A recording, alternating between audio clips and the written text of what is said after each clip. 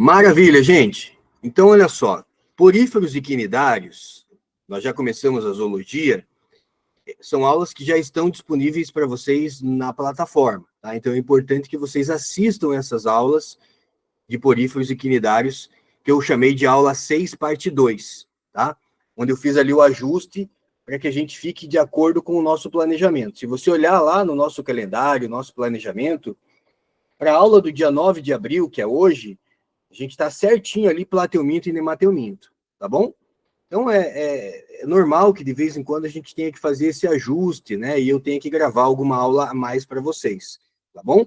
Eu não me preocupo em relação a atraso, porque eu sei que lá, em algum momento eu ajusto isso para vocês.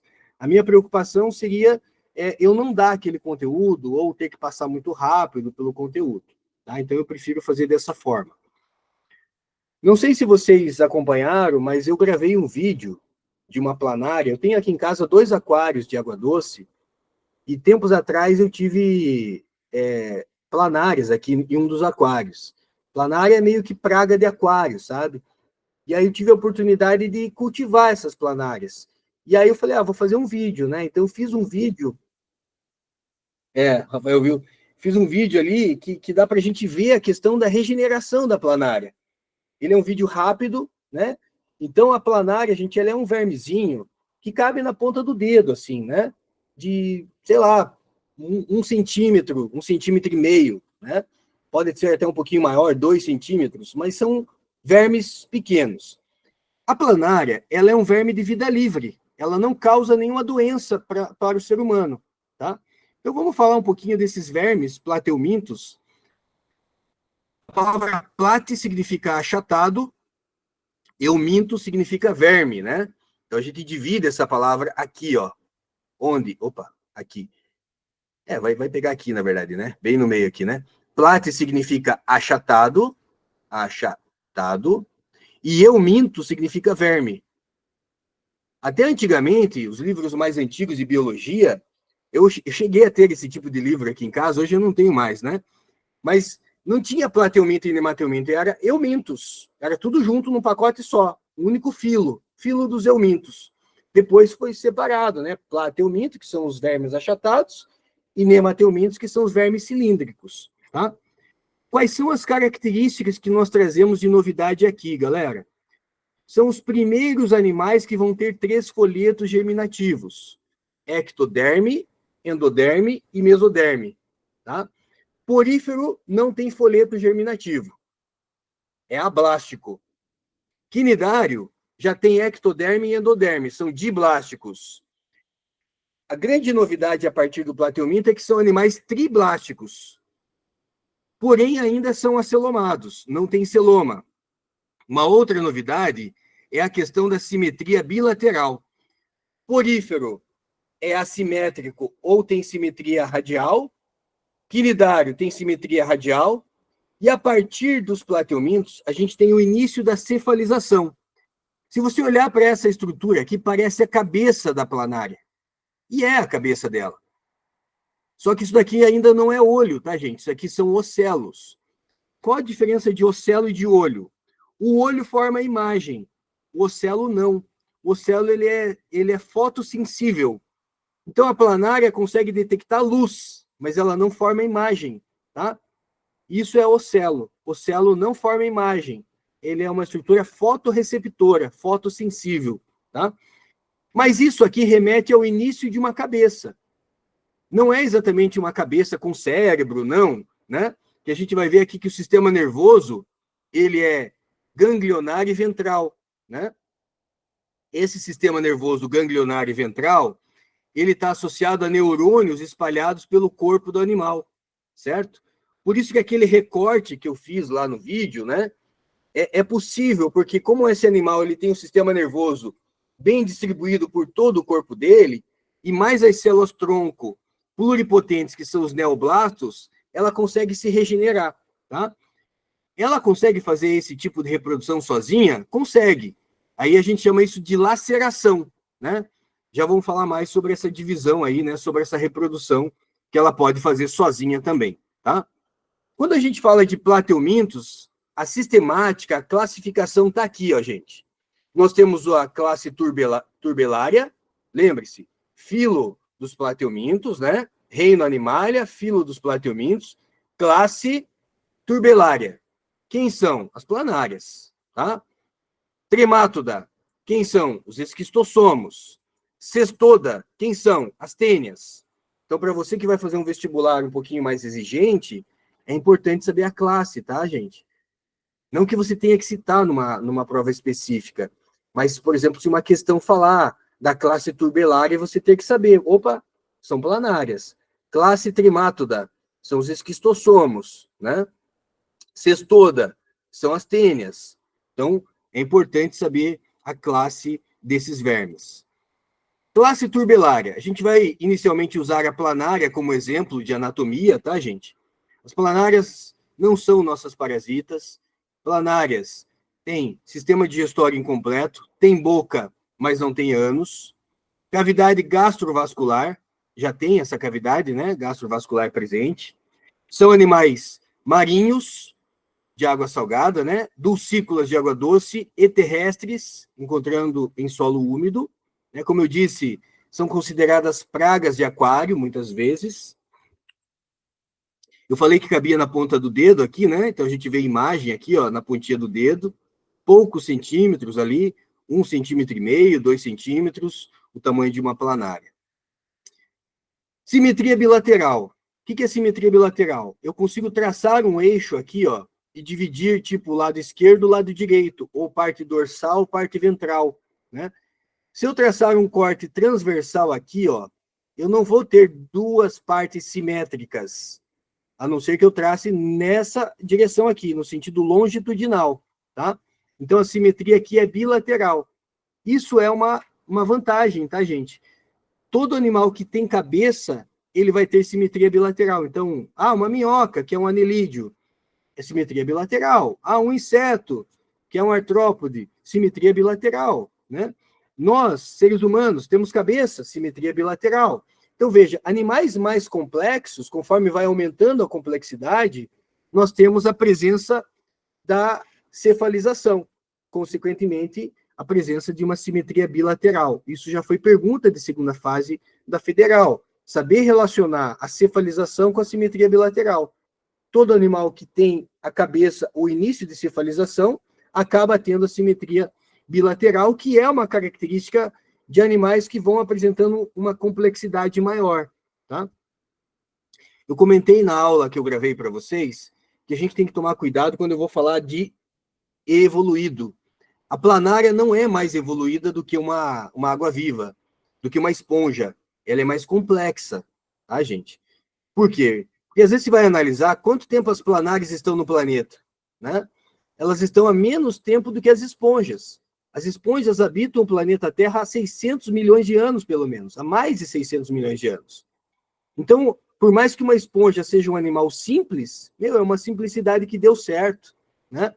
Então, eu não posso dizer, eu sou mais evoluído do que uma esponja. Não sou, eu sou mais complexo, né?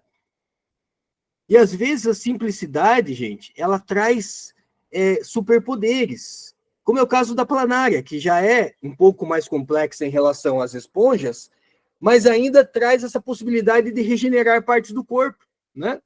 Isso é um superpoder para um animal. A gente tem aqui, então, o início da centralização do tecido nervoso. Veja, não tem cérebro, mas a aglomeração de neurônios é maior nessa parte aqui, ó. Já tem ali gânglio. O que é gânglio?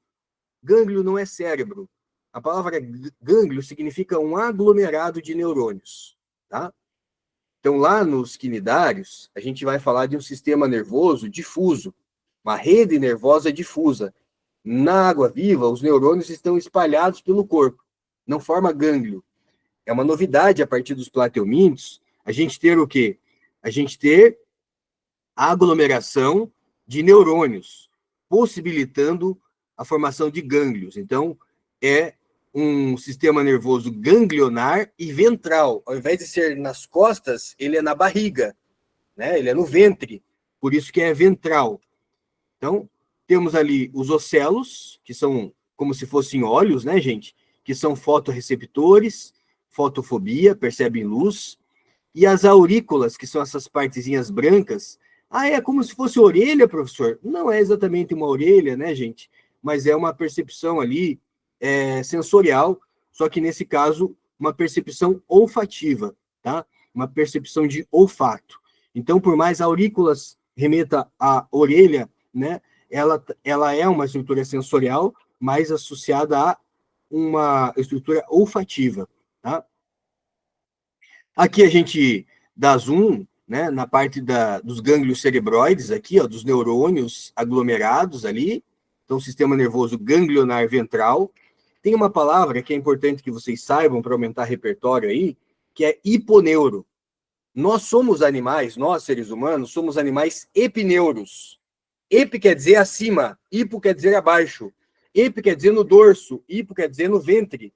Então, eles têm o sistema nervoso ganglionar e ventral. São hiponeuros, neurônios na barriga, neurônios no ventre, tá? Sistema digestório incompleto. As planárias, elas só têm boca. Então, aqui se vê a imagem de uma planária, vê a faringe dela e a boca lá, né? Lá embaixo fica a boca, o alimento entra por aqui, né? E lá embaixo fica a boca. Essa aqui é uma faringe protuberante, né? Essa faringe, ela é protátil. Se a gente der uma olhada na anatomia do animal, né? Nervo transversal, boca, câmara faringeal, faringe, intestino, gânglios cerebrais. Um detalhe, os plateumintos têm sistema digestório incompleto, somente boca. Só que nas tênias, as tênias que são cestódios, que são as solitárias, elas não têm boca nem ânus, é ausente nas tênias. Giovanni, se ela não tem boca nem ânus, como que uma solitária se alimenta? Gente, superfície corporal, né? Processo de difusão. São animais achatados, e pelo fato de ser achatado, isso facilita trocas metabólicas com o ambiente, aumenta a superfície de contato com o ambiente. Então, uma tênia, ela consegue absorver nutrientes lá no nosso intestino pela superfície corporal mesmo, não tem uma boca para se alimentar, tá bom? Essa tirinha aqui já foi tema de prova da Faculdade Pequeno Príncipe, né? Eles colocaram essa tirinha aqui, duas planárias conversando. Você está grávida? Ela responde sim. É menino ou menina? Sim. Às vezes eu esqueço que somos planárias. O que está acontecendo aqui, gente? As planárias são hermafroditas. Então não faz sentido perguntar se é menino ou menina, né? É menino ou menina? Sim, né? Então é menino e menina ao mesmo tempo. Por quê? Porque tem pênis, tem oviduto, tem ovário, tem testículo. Elas são hermafroditas, tá? Monóicas ou hermafroditas. Então elas se reproduzem sexuadamente? Sim.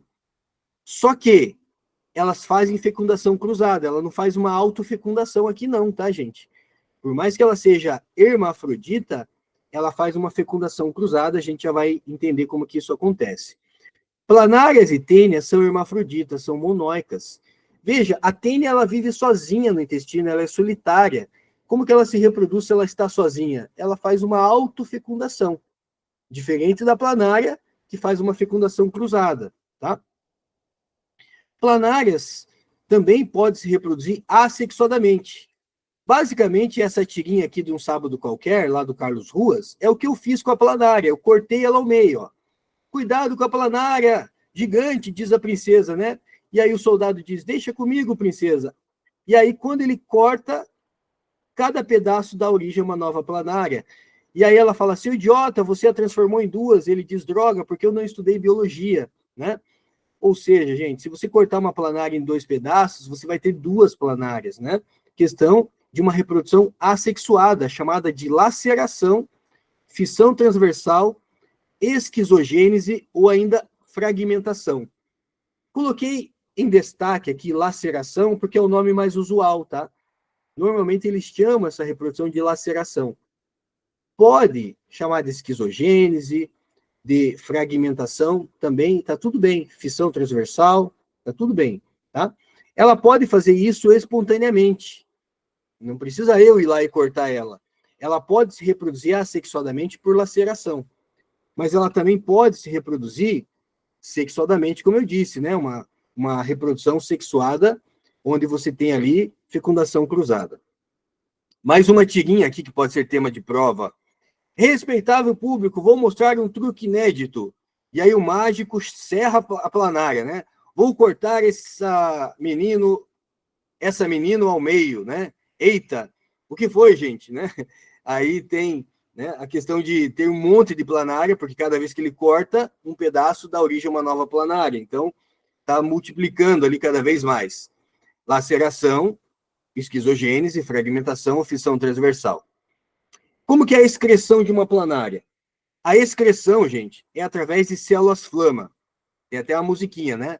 Planária, se não me engana, sua excreção é por célula flama. Tipo ritmo de marchinha de carnaval, né? Planária, se não me engana, sua excreção é por célula flama. O que seria essa célula flama? Gente, olhe que a excreção também acompanha todo o corpo do animal. Por isso que se você cortar ele, tem sistema excretor em tudo quanto é parte do corpo do animal. Se você cortar, tem neurônio em tudo quanto é parte. A regeneração fica fácil aqui, né? Vamos dar um zoom na célula flama? A célula flama também é chamada de protonefrídeos ou solenócitos. Se eu pegar aqui e der um zoom, ali tem um poro excretor, aqui tem a célula flama, onde tem cílios ou flagelos, né? Nessa região aqui. Região onde ocorre a coleta dos resíduos. Então, chama-se célula flama, porque o movimento desses cílios e flagelos, ele lembra o movimento de uma vela acesa, da chama de uma vela. Então, você tem esse canal excretor percorrendo todo o corpo da planária. O xixi percorre todo o corpo dela. E aí, em alguns locais, tem o poro excretor.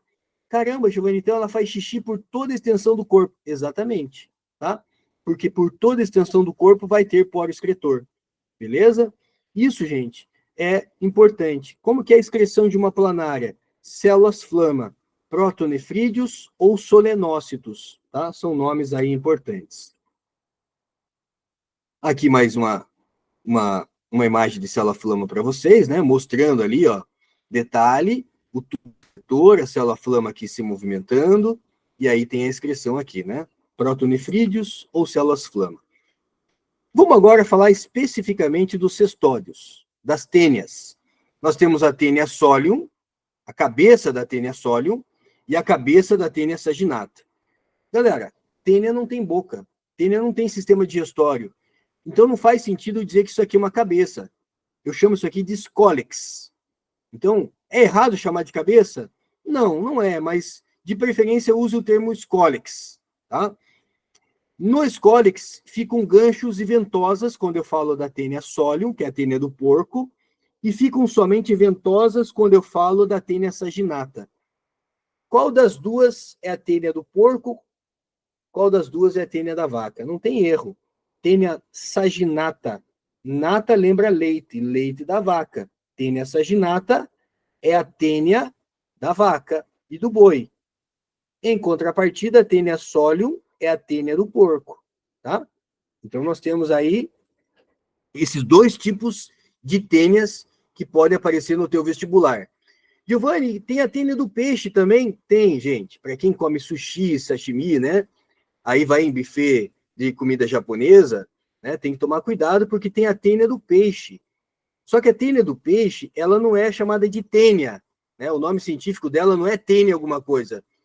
É Diphyllobotrium. É o gênero, né? Gênero Diphyllobotrium. Causa uma doença que não é teníase, é difilobotríase. Difilobotríase por quê? Porque o gênero desse verme, que é uma tênia do peixe, é o gênero Diphyllobotrium. Tá? Então, quase não cai isso, mas se falar tênia do peixe, você já sabe. É um... Né? Então, escólex, consigo diferenciar a cabeça ou escólex da tênia solium, porque tem ventosas e ganchos, e da tênia saginata só tem ventosa. Agora você vai ver o corpo inteiro de uma solitária, né? Então tem ali o rostelo, na parte do escólex, a ventosa, o colo é como se fosse o pescoço, e aí vem as proglótides. Galera, cada proglótide desse daqui é uma estrutura de reprodução. Se eu pegar uma proglótide e der um zoom nela aqui, você vai ver, tem testículo, tem ovário, tem útero. A solitária, ela vive sozinha no intestino. ela pode atingir até aproximadamente 7 metros de comprimento. Parece uma fita, né? E aí, conforme ela vai engravidando, ela vai soltando essas proglótides maduras. O que tem dentro das proglótides? Cada proglótide pode ter centenas de ovos, porque é aqui dentro que acontece a autofecundação, tá? Então, o que é uma proglótide, Giovanni? Cada proglótide é uma estrutura de reprodução. Tem testículo, tem ovário, tem útero, e cada proglótide pode armazenar em torno de mais de 100 ovos.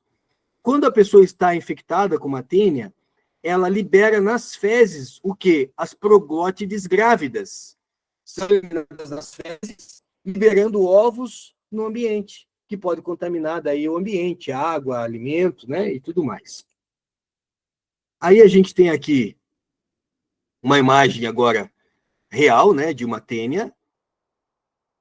Aqui o Scolex, uma imagem real de um Scolex de uma tênia solium para vocês, né? Uma imagem real de um Scolex de uma tênia saginata, só tem as ventosas, não tem gancho, né? Da tênia solium tem gancho também. E agora vamos falar do último grupo aqui dos plateumintos, que é o grupo dos tremátodas ou trematodas, que é o Schistossoma mansoni. O Schistossoma mansoni, ele não é hermafrodita, ele tem macho e tem fêmea, tá? O macho, gente, ele tem esse canal chamado de canal ginecóforo. Parece uma rede de dormir, né? Onde ele tem um rasgo, um vão ali, onde a fêmea fica dentro. Então, a fêmea, ela fica dentro do macho, nessa abertura que o macho tem ali, que é chamado de canal ginecóforo. Veja que o macho tem 2 ventosas, a fêmea tem 2 ventosas, que também usa para se fixar. Onde que esse verme se instala? Ele se instala geralmente na entrada do nosso fígado. A gente chama de canal porta-hepático. Tá? Então, canal ou sistema porta-hepático. Ele é um parasita heteroxeno ou digenético. Vamos lá, vamos traduzir isso, né? O que é um parasita heteroxeno ou digenético? O parasita heteroxeno é quando ele tem mais de um hospedeiro. O Schistossoma mansoni, ele tem o ser humano como hospedeiro definitivo e ele tem o caramujo como hospedeiro intermediário, né? No caso da esquistossomose, que a gente vai falar mais adiante. Quando você tem, no ciclo da doença, um parasita em que ele tem mais de um hospedeiro, a gente diz que esse parasita ele é heteroxeno ou digenético. Quando ele tem apenas um hospedeiro, a gente diz que ele é monoxeno ou, né, aí monogenético, tá? Aqui uma imagem real para vocês, né? A fêmea está aqui, ó, a ventosa da fêmea, outra ventosa, ventosa do macho, aqui o canal ginecóforo, né? Nessa parte aqui. E quais são as doenças causadas por plateumintes? Eu só vou citar hoje para vocês, tá? A gente vai ter aula para falar sobre isso. A frase é: te esqueci fácil. Teníase, esquistossomose, cisticercose e faciulose, tá? Vai ter uma aula que a gente vai falar dessas doenças aqui. E aí, para terminar, minha gente, os nemateumintos. Veja que hoje eu só estou apresentando para você os vermes. Por mais que eu tenha falado de doença, não considero ainda que essa aula está dada, né? A gente vai voltar a falar de plateuminto e nemateuminto em relação às doenças que eles causam, tá? Nemateumintos são vermes cilíndricos. O que eles trazem de novidade? Se os plateumintos eram acelomados, os nemateumintos são pseudocelomados. Tem um falso celoma. Vão apresentar uma cutícula proteica que protege a pele do animal, tá? Uma cutícula proteica contendo colágeno, tá, gente?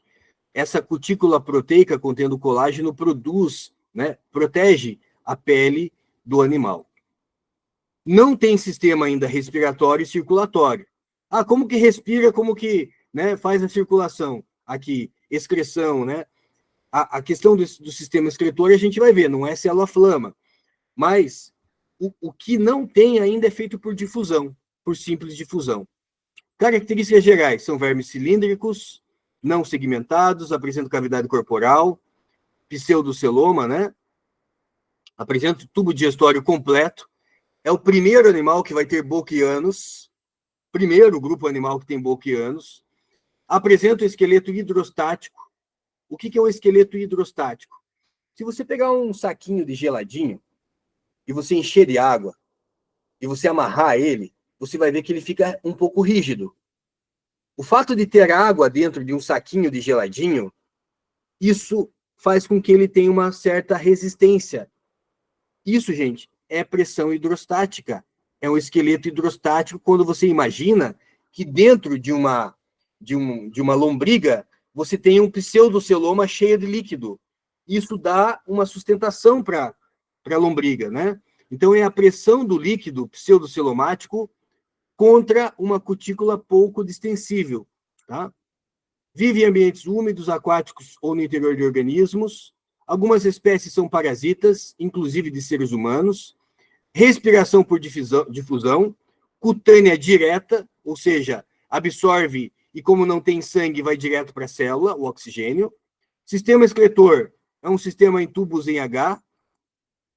E o sistema nervoso ganglionar ainda é ventral, né? Ele chama de cordonal, mas posso colocar ventral. Um anel ao redor da faringe, com um cordão dorsal e um ventral, né? A gente já vai ver detalhe nas imagens para vocês. Reprodução, maioria é dioica, né? Tem sexos separados. Espermatozoide se locomove por movimentos ameboides. A fecundação é interna. O macho, ele tem as espículas copulatórias, são como se fossem dois pênis que inocula na fêmea. Então, é uma fecundação interna. Pode acontecer da gente observar o dimorfismo sexual. O que é o dimorfismo sexual? É a forma do macho diferente da forma da fêmea. É o que a gente viu ali. O macho tem o canal ginecóforo, a fêmea não, né? Que é o característico de lombrigas. Desenvolvimento é indireto porque tem fase larval, tá? Aqui, gente, você vê o quê? Um verme, que é a lombriga, Ascaris lumbricoides, a fêmea, que pode chegar até 35 centímetros, e o macho, que pode chegar até 25 centímetros. Como que eu sei que esse cara aqui é o macho? Porque o macho, na cauda dele, onde fica o pênis, a espícula copulatória, ele se enrola, ó. Ele faz essa enrolação aqui na cauda. Veja, a fêmea não enrolou a cauda dela, né? Aí nós temos aqui um parasita monoxeno, monogenético, quando só tem um hospedeiro, né, só o ser humano. Se eu pegar aqui e der um zoom, você vai ver que na boca tem lábios. Nossa, que verme lindo, né? Tem lábios bonitos, carnudos, né? Então tem lábio, tem ânus, né? O macho tem as espículas copulatórias aqui, ó. Tá? Invertebrados mais simples, né? A gente vai dar aqui o cordão nervoso ventral, aqui nessa imagem, né? Cordão nervoso dorsal lá em cima, músculos longitudinais, já que é um animal cilíndrico, né? Então vai ter músculos longitudinais para ajudar na locomoção desse animal.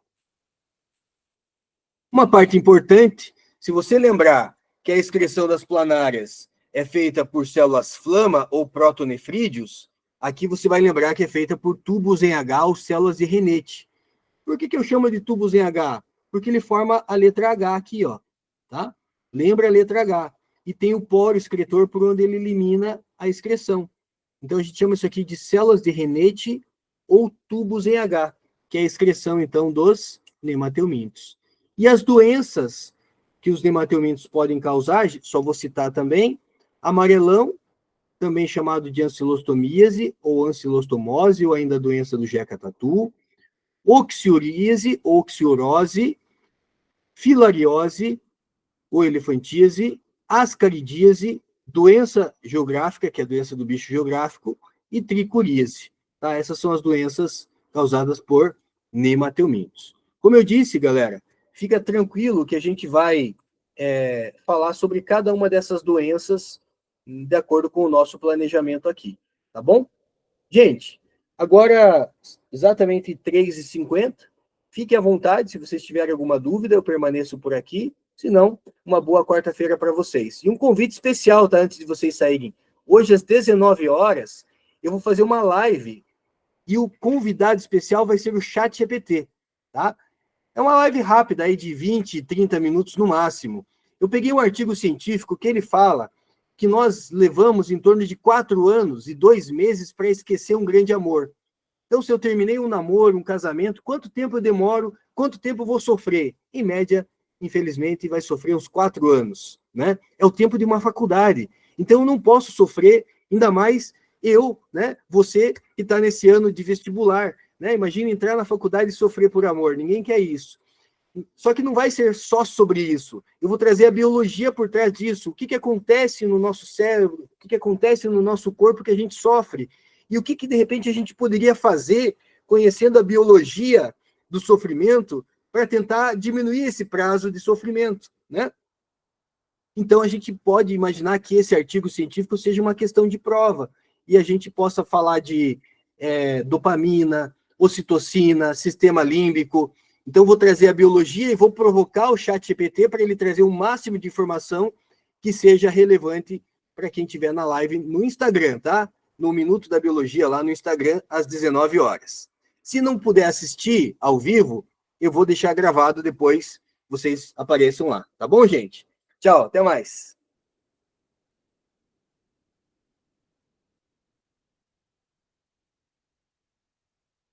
Valeu, Renato.